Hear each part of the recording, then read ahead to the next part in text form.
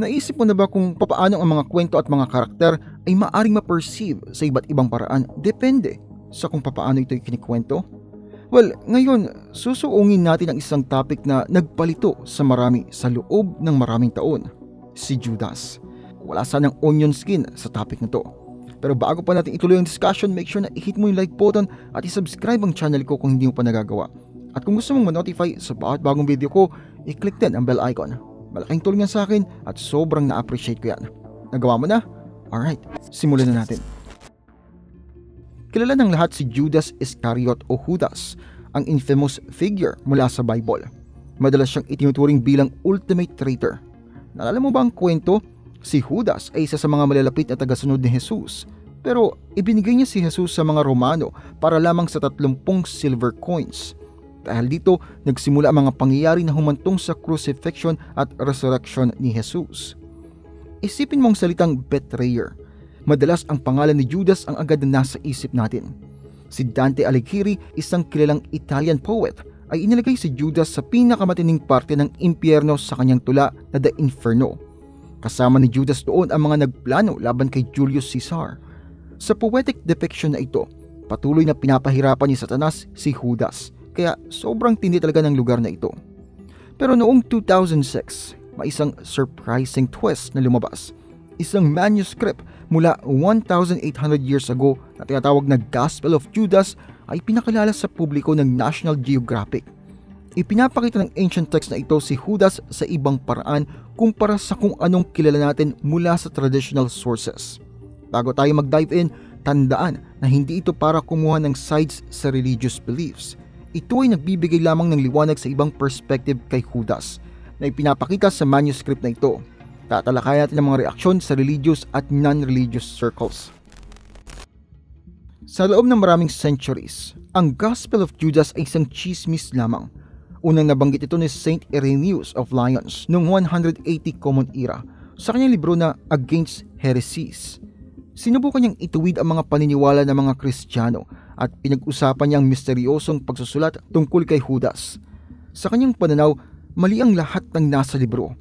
Ipinapakita si Judas sa mas positive light kaysa sa traditional views. Hindi niya talaga nagustuhan kung papaanong sinasabi ng text na si Judas daw ay may unique knowledge tungkol sa isang divine figure na tinatawag na Sophia na hindi naman kasama sa mga mainstream belief. Pagkatapos, may kamanghamanghang nangyari noong 1970s. Isang tunay na kopya ng Gospel of Judas ang natagpuan sa Egypt. Isinulat ito sa Coptic, isa naman lumang lengguwahe ng Egypt na gumagamit ng Greek alphabet. Ang pagkatuklas na ito ay napakalaki na si Rodolphe Cassirer, isang top expert sa Coptic language, ang nag-take charge sa pagbubuo ng mga piraso at pagsasalin nito. So, ang tanong, sino ang maaring sumulat ng kontrobersyal na text na ito? Karamihan ng mga palatandaan ay tumuturo sa mga Gnostic Christians. Sila ay isang maagang grupo ng mga Kristiyano na talagang interesado sa mga misteryosong kwento ng mga Hudyo. Pero ang paniniwala ng Gnostic ay medyo iba-iba. Walang one-size-fits-all na rulebook para sa kanila. Maraming iba't ibang mga kwento at mga pagsusulat. Isipin mo ito bilang isang jigsaw puzzle kung saan hindi lahat ng mga piraso ay kasya sa parehong box. Noong 2006, matapos ang maraming taon ng masusing pagtatrabaho, natapos ang buong pagsasalin at ibinahagi sa mundo sa pamamagitan ng National Geographic. Isipin mo ang paghihintay ng halos 1,800 years para lamang marinig ang isang kwento at sa wakas ay mababasa na ito. Ito ay patunay na palagi may bagong sorpresa para sa atin ang kasaysayan.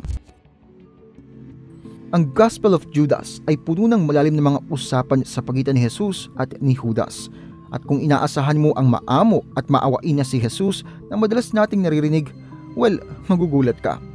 Sa librong ito, iba ang dating ni Jesus, medyo sarcastic at minsan pa nga'y mayabang. Isipin mo ang isang taong kumikilos tulad ni Pai Mei mula sa pelikulang Kill Bill. Yan ang vibe na makukuha mo kay Jesus sa mga usapan na ito. Hindi lang siya nagkukwento tungkol sa pang-araw-araw ng mga bagay. Diniscuss rin niya kay Judas ang mga sekreto ng universe. Ang ilan sa mga kwentong ito ay maaaring magpaalala sa iyo ng mga misteryosong kwento tungkol sa magic ring ni Haring Solomon na ginamit niya naman para kontrolin ang mga demonyo. Ang isa sa mga talata ay nagsisimula sa "The group of beings that live forever is called Cosmos." Ito'y nagkukwento tungkol sa unang mga tao at sa kanilang kapangyarihan. Medyo intense, di ba? In another part, may isang anghel na nagngangalang Eleleth ang biglaang lumabas, kasamang isang koponan ng 12 pang ibang anghel. Isa sa mga anghel na ito ay nagngangalang Nebro, na nangangahulugan namang rebel. Ito ay isang mainit na figure na nauugnay sa kaguluhan at sa underworld. Ang grupong ito ng mga anghel ay tila naglalaro ng malaking papel sa paglikha ng mga tao. At ito pa, ayon kay Jesus sa tekstong ito, ang sikat na arkanghel na si Michael ay nagpapahiram ng mga kaluluwa sa mga tao. Parang roller coaster ng celestial information ang librong ito. Ang Gospel of Judas ay nagbibigay ng fresh look sa kailang mga figure na nagbibigay sa atin ng maraming bagay para pag-isipan. Maniwala ka man o hindi, nakakatuwa na makita ang mga karakter na ito in a different point of view. Pag-usapan natin si Judas, yung tao na kilala nating nagtraidor kay Jesus. Karamihan sa atin ay pamilyar sa kanyang kwento mula sa Biblia.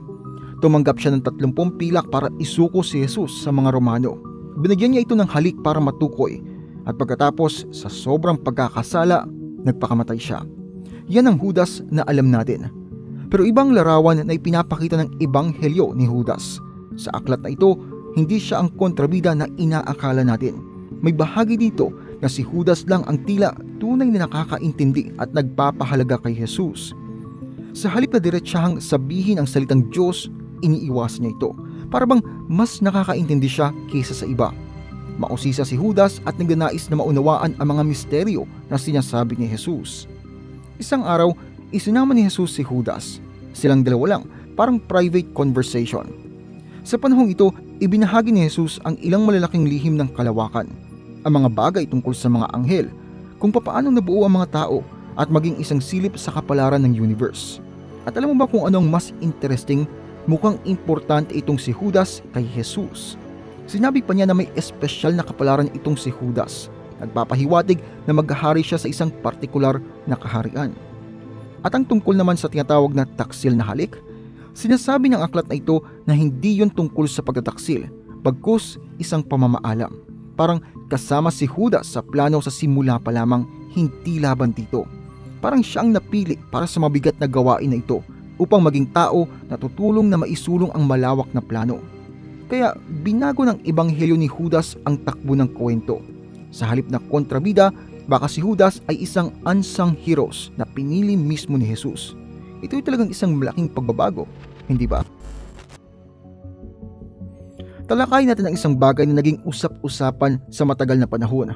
Paano ba talaga natin nakikita si Judas, lalo na matapos malaman ng ebanghelyo ni Judas? Maraming taong sumulat tungkol dito, bawat isa ay may sariling pananaw. Sa mahabang panahon, nagtataka ang mga Kristiyano kung alam ni Jesus ang lahat.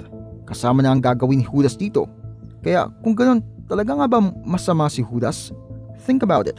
Medyo mahalaga siya para sa buong kwento ng kaligtasan, tama? Kahit sa karaniwang mga turo, may papel si Judas, tulad ni Satanas. Kung wala sila, maraming bagay ang hindi mangyayari. Ngayon, narito ang pasabog mula sa ebanghelyo ni Judas. Kasama si Judas sa plano. Ang halik na yon, hindi nga pagtataksil, yun ay isang pamamaalam. Ginawa niyang kinakailangan. Sa halip na isang traidor, ipinakita siya bilang isang tao na nag-alay ng sarili para sa bigger picture. Isipin mo na nasa kanyang posisyon ka at alam mo magiging forever engraved na ang gagawin mo at paniniwala ang nagtraidor. Ipinapakita ng dokumentong ito si Judas bilang espesyal na tao, like really special. Ipinakita siya bilang pinagkakatiwalaang tao ni Jesus, ang nag-iisang nakakaalam ng tunay na pangyayari. But here's the thing, ang mga tao ay may iba't ibang impresyon tungkol sa aklat na ito. Ang iba ay buong pusong sumusuporta dito. Ang iba ay curious pero cautious. At ang iba ay talagang tinatanggi ito. Lahat sila ay bumabalik sa malaking tanong kung ang buong bagay tungkol sa kaligtasan ay naplano na at kasama si Judas dito, talaga bang kontrabida siya sa kwento? Sa tekstong ito, higit siya sa isang bayani, handang tanggapin ang galit ng mundo para sa malaking layunin. Hindi ba't kakaibang kasaysayan, palaging sulit ang oras na ginugugol para tanungin ang ating mga akala, para tingnan ang mga kwento mula sa iba't ibang anggulo, at manatiling bukas sa mga bagong interpretasyon. Maaring makita mo si Judas sa ibang point of view o hindi. Gayunpaman, palaging kawili-wili na tuklasin ang iba't ibang pananaw. Kung gusto mong ginagawa ko dito, huwag kalimutang pindutin ang like button at mag-subscribe kung hindi mo pa nagagawa. At kung meron kang ilang topic na gusto mong i-cover dito sa channel, lagay mo lang sa comment section at susubukan natin gawin yan. Maraming salamat sa panonood at kita-kits tayo sa next video.